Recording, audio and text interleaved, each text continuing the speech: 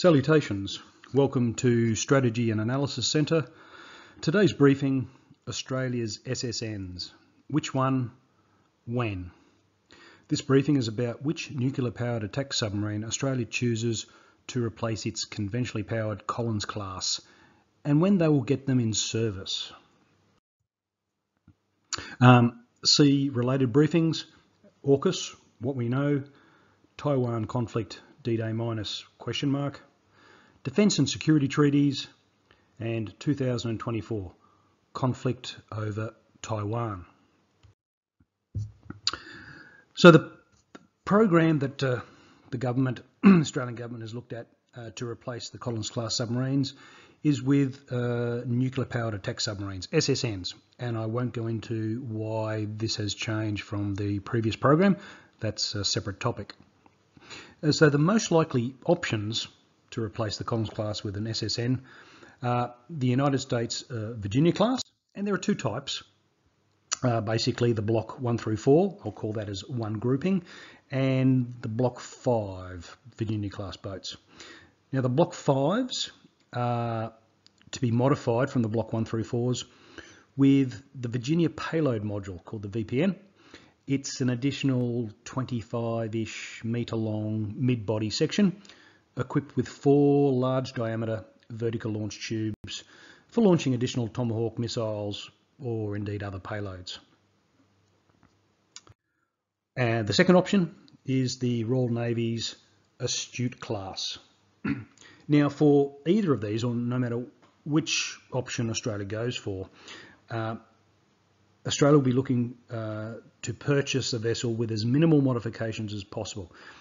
Australia's procurement history for defence equipment often entails extensive modifications, leading to extensive problems when we try to get them into service. So we'll have a look at a comparison of these selected SSNs, and I've included the Collins here for background, and of course that's the existing platform, so that's what's being replaced, although a comparison to it is a little misleading for obvious reasons. So all the key parameters are there, but I draw your attention to the crew figures. So the existing Collins class, about 58, and all these figures obviously have some variables, but essentially 58 crew for a Collins class, 98 for an Astute, and 135 for either of the types, the broad types that we're discussing here for the Virginias. Torpedo tubes, self-evident. The VLS, vertical launch system, the Collins doesn't, but looking at the nuclear-powered ones, the Astute doesn't have any. The Virginia Block 1 through 4, 12 VLF cells, and the Virginia Block 5 have up to 40, so that's 28 extra. I said 7 large tubes before, 4 large tubes before. Each of those could handle 7 Tomahawks, so that's how we get to 28, even though I mentioned 4 before for the large cells.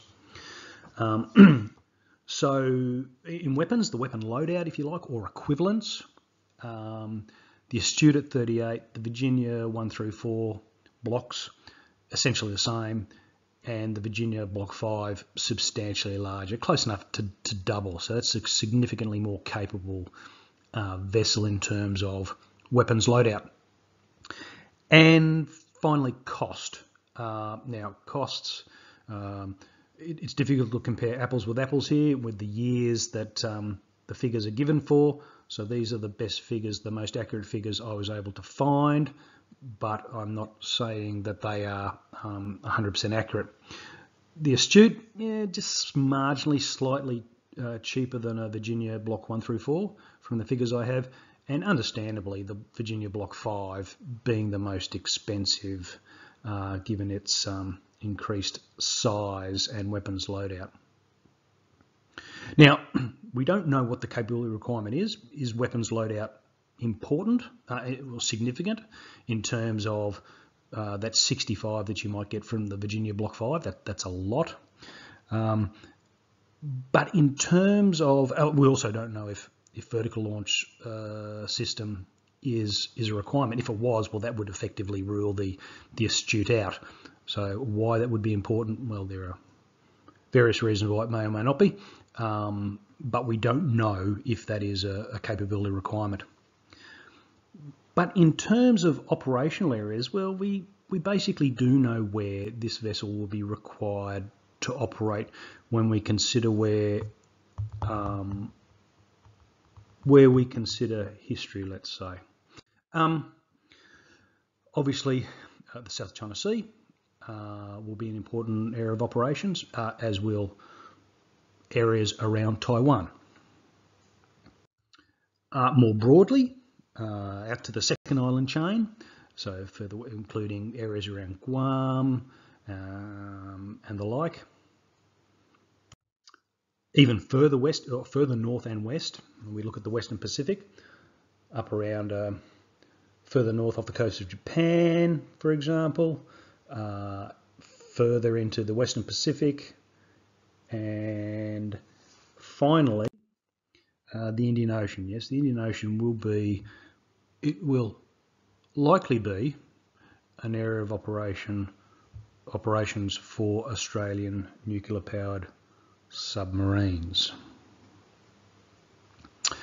So areas of operation, we've got that. What are possible leases of submarines before the in-service dates of the preferred option? And we'll get to what the preferred options are and what the challenges are of when those in-service dates might be. Well, again, two most likely candidates: the US Navy's Los Angeles-class and the Royal Navy's Trafalgar-class. Now, these are both excellent SSNs, no doubt about it. Australia would do well to lease one of these type of classes, one of these or ships from these submarines from these classes prior to taking delivery of Australia's final choice. One of the big challenges here is when would either of these or numbers of these be available for Australia? In terms of decommissioning of Los Angeles class from the US Navy, when would they be available and what state would they be in? And the same questions for the Trafalgar class. When would they be available and in what state would they be? So some considerations.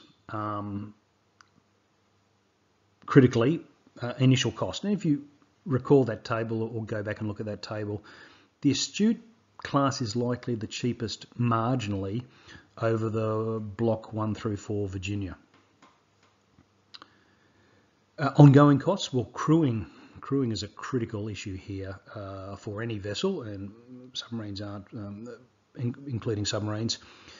One question that I would have is, can you operate a Virginia SSN with a reduced crew? Because they have a substantially larger crew size than the Astute. If you refer to the table, you've got 135 crew on a Virginia, vice 98-ish on an Astute. So can a Virginia SSN be operated with a reduced crew, but safely and effectively operated? Well, that's a question. Because personnel costs over the life of a vessel are critical considerations. And as background, Australia, and I put this figure up on the Collins class, with 6 Collins class at a crew of about 58.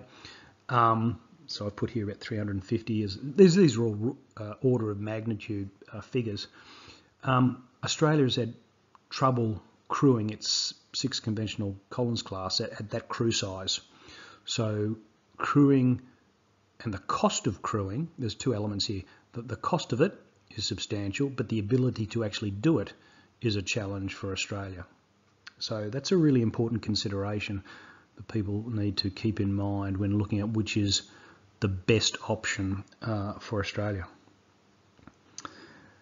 And as I said, the Astute, you can see the figures there and this is for a class of 8, I should mention. The current government policy is for at least 8. So when you look at that for Astutes, you're looking at, these are ship crews here, and there are other supporting crews, but ship crews of about 780 for 8 Astutes, vice 1,080 for 8 Virginias. And then multiply that over the 30-ish year lifespan of the submarines. Now, another critical component, of course, is disposal cost. Now, that's not known yet, but it's incredibly expensive, and that would most likely be conducted in Australia with the spent cores having to be stored somewhere in Australia. Now, to be fair, it's likely to be broadly the same for an Astute or a Virginia. I don't see those costs being significantly different for either of those two options. A base location, well, 2 points here. Firstly, it's unlikely to influence which submarine is selected, and also it's a very political issue in terms of domestic politics, so it really doesn't help the discussion for this briefing. And finally, in-service date. Well, these submarines are unlikely to be built in Australia, at least initially, if at all. Certainly, maintenance can be expected to be conducted in Australia, and as I mentioned before, disposal at the end. The big question here is the US and UK production line issues. Current production line for the US with the Virginias and for the UK with the Astutes. So this is an unknown, but the questions would be, can Australia join in the Astute production line, which is ending soon? Certainly they will be looking at building the next generation of SSNs, but if Australia could join in the Astute production line, that could work well in terms of timing. Or, conversely, if the Virginia was chosen, could it get the US to increase Virginia production at least until Australia could take on its own domestic production, even though that's unlikely at the moment, I would suggest. So, two competing challenges there. Can the US increase production but give those submarines to Australia, sell those submarines to Australia? Can Australia join in the UK's Astute program? In terms of timing, that seems to work well. So in summary, in terms of leasing, it's certainly far more likely that Australia will lease a submarine from the same country it will purchase the long-term option from.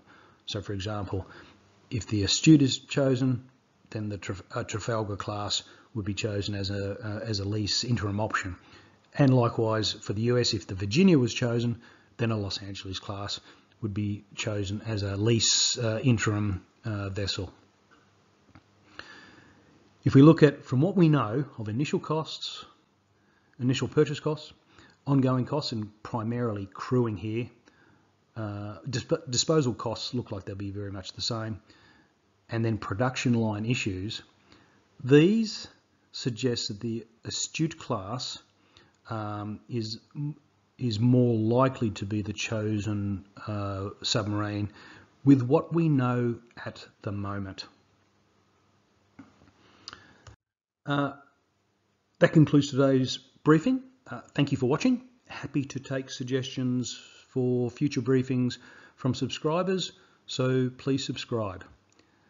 Until next time, Vale de Cero.